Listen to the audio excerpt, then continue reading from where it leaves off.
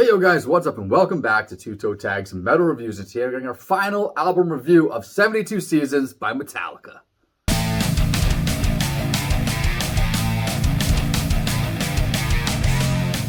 "72 Seasons," a whole week of listening to the album non-stop on full rotation as much as we possibly could. And I'm going to hand the floor to TV Fish because I'm curious to know what you think after this week. Well, after listening to this album for a week and reacting to all the music videos that have been releasing from this band, because they've literally, at this point of recording, made a video for every single song on this album. Some were good, some were not. Now, the songs. We always like to end things off on a high note. So I'll talk about, I guess, probably the negative things I had to say about this album. Okay. We'll start with how I feel about the tracks. Probably my least favorite track on this album is Enamorada, the final track, which is an 11-minute monster of a track. Now, and Metallica's no stranger to long songs. This one being the very first one going over 10 minutes long, which is kind of surprising if you think about it. You figured they would have done that already, you know? Yeah, and I was surprised to hear that too because I could have sworn they had songs that were over 10 minutes already, but I guess not. Either way, I like that this song is properly composed to be a long song. It's not a song that felt padded full of just like a really overly extended intro and whatnot. Right. But nothing really happens in this song. You know, I put it on, and when it comes on as I'm working on something and it's background music, I don't really mind it because it's like just a jam. But if I'm sitting there being like, okay, let's listen to Enamorada, let's check it out, I'm like, nothing really happens. They just kind of jam for a while, and then they get a little quiet, and then they just jam to start. It's a bit of an uneventful track, and I never really cared for it throughout the week. I got to the point where even sometimes I would skip it if I really wanted to hear something else. Like, it's like, okay, I don't want to sit through this for 11 minutes. I want to put on a different track that I like more. Yeah.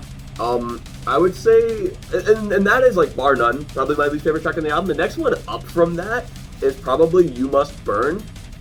Mainly because I just didn't really feel much towards it. And this is an album that's full of catchy hooks, riffs, and the like. Like, no matter what, a song's probably going to work its way into your ear. This one, I never really cared too much about it. I felt like after Sleepwalk My Life Away, it was kind of bringing the energy down a little bit because it's even slower. But then I'd also think to myself, like, can this be over already? I want to hear Lux. Because Lexi Turnout is my favorite song in the album. One of the best songs of the year, in my opinion. Everything about it's great. I've already talked about how great it is before. I don't think there's much else that really needs to be said. But yeah, otherwise, it's a pretty solid album that I did enjoy. Now, let's talk about length. It's a long album, and we've mentioned this before. After hearing the songs enough to be like used to hearing them, the length doesn't feel as bad, but it makes you question. Is it a good thing for someone to have to binge an album in order to get used to its length?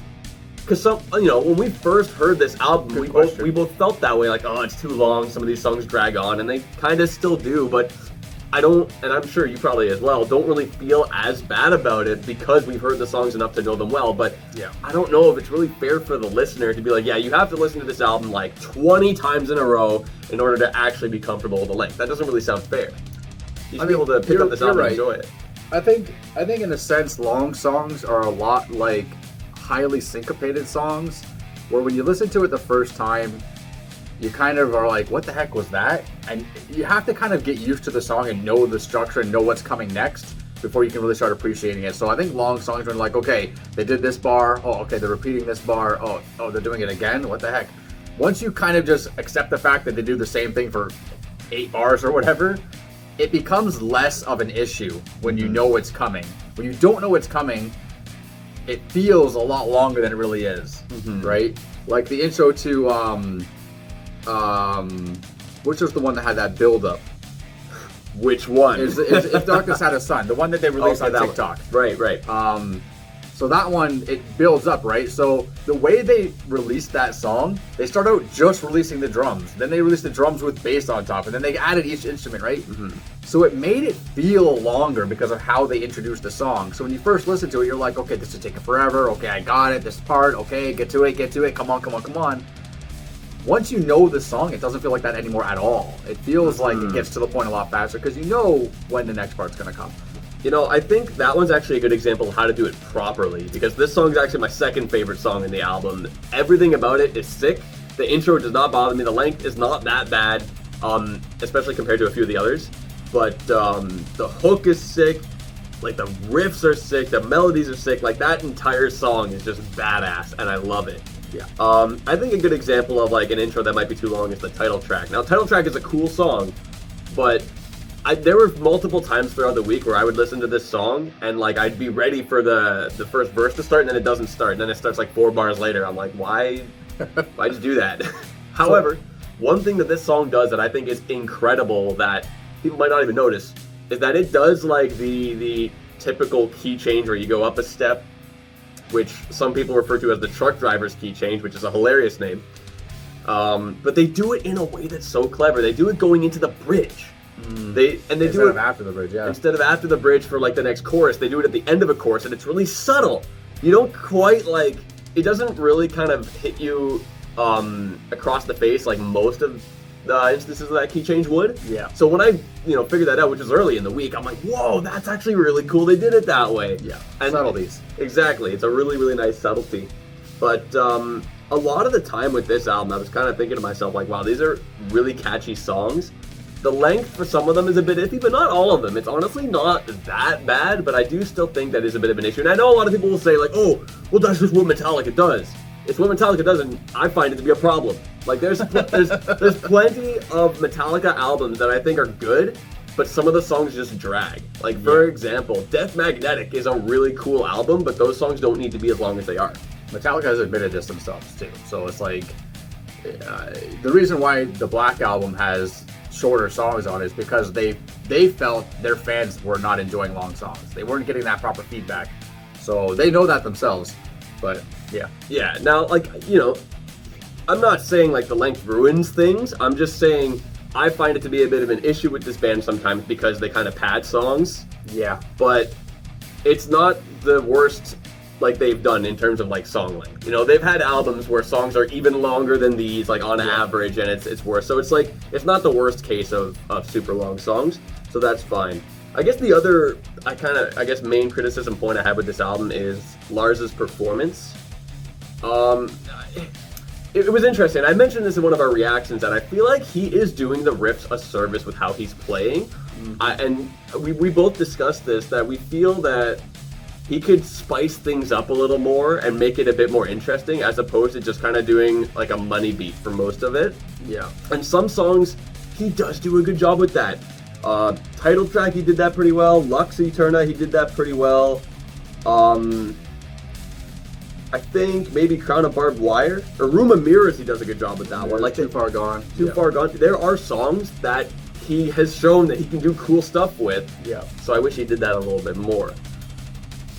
But yeah, generally, like, songs are just kind of burrowing into my ears. Like, just as you read the title, you can start hearing it just by looking at the title of the song. Exactly, and I think that is a mark of a good album, where if you can look at this track listing and just look at the names and know the experience and know what they sound like, because there's plenty of albums where we can look at the track list and be like, how's that one go again? Oh yeah, there's this one, we reacted to that. But this one, every song has a personality of its own, no matter the quality of the song, and that is really, really good. But yeah, I do think it's a strong album, and there were songs that were growing on me, like, throughout the week, like, oh, now this one's kind of cool, this one's kind of cool. Chasing Lights started to grow on me, and it's like, wow, I started to, that one kind of shot up my rankings throughout the week, but I would say, like, obviously the number one for me is Lexi Turnout. That's insane song. Yeah, I think, it might annoy some people. I think I'm going to parrot a lot of things that TV Fish just said, especially your comments about the bottom two songs. Inamorata and You Must Burn are definitely the worst songs on this album. Again, they're not horrible songs, they're not bad. There's just nothing memorable about them. But I don't want to pick people up because I've seen people say that those are songs they like and stuff. So people are going to disagree. Everybody's got their own opinion, but we just happen to agree on this one. Those are two bottom songs. The rest of the album, though, is pretty damn good. And I'm going to say, from track 6 to track 11, you have a stretch of, like, all those songs are ballin', like, great songs.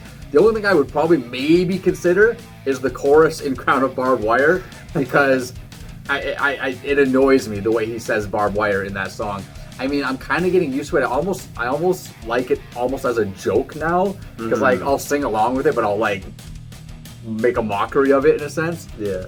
But the rest of the song is good though. And right before that you got Lexi Turnout, and then after that you got Chasing Light, which is, I'm surprised it had to grow on you, because that was pretty much my top song from the beginning, and it's remained one of my top songs, like easily probably best song on the album.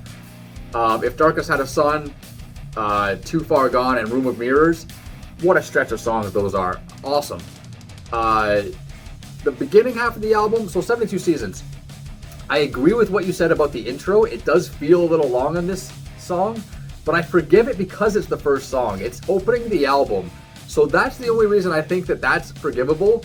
The rest of the songs, before I thought they had like long drawn out intros, but like I said, I kind of got used to it and it didn't feel like that anymore.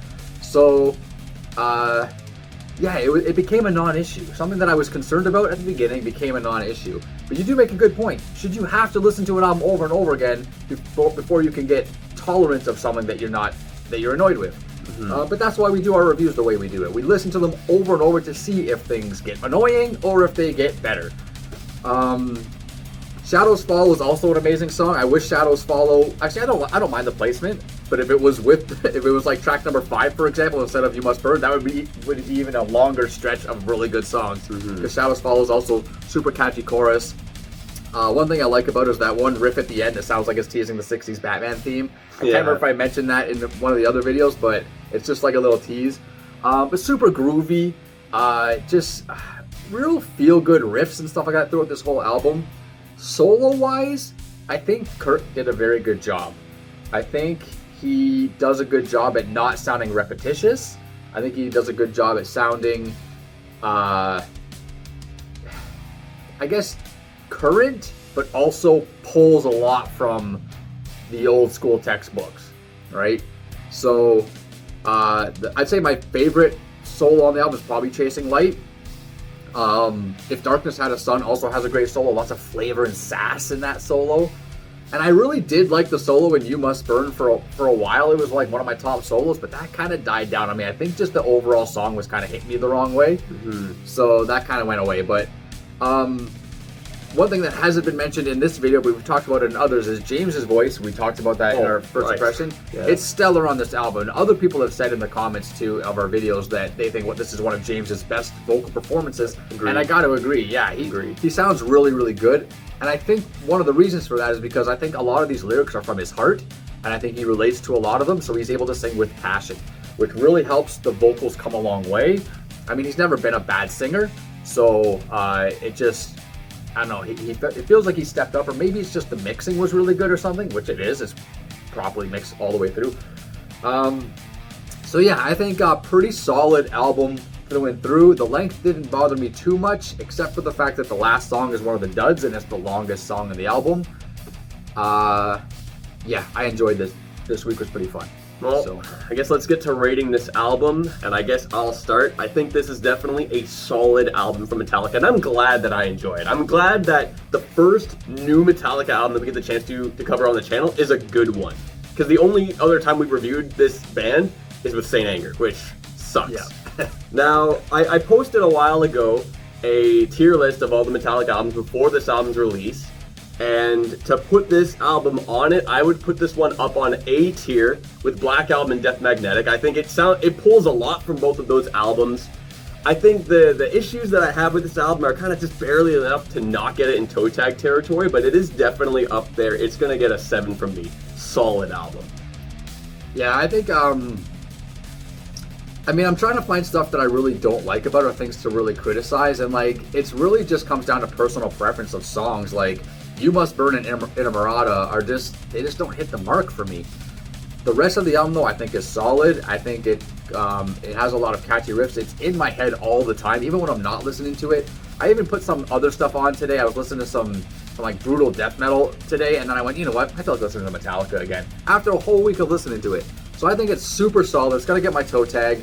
I'm shamed and sad that it's not getting 2 toe tags. I think it deserves it, but it is what it is. So the first new Metallica album we're doing on the channel is not going to make the list, but that's okay. Super solid from this band, and yeah, I think that was pretty cool. So anyways, guys, that's it for this review. You guys can leave your thoughts down below and let us know if you agree with their scores or what scores you would give it. Sound off down below. And be sure you check out all our reactions to all the videos we've done for this album. That's all fun stuff too. Subscribe if you guys are new to the channel. I'm Vile Self. I'm TV Fish. I'll see you guys on the next one.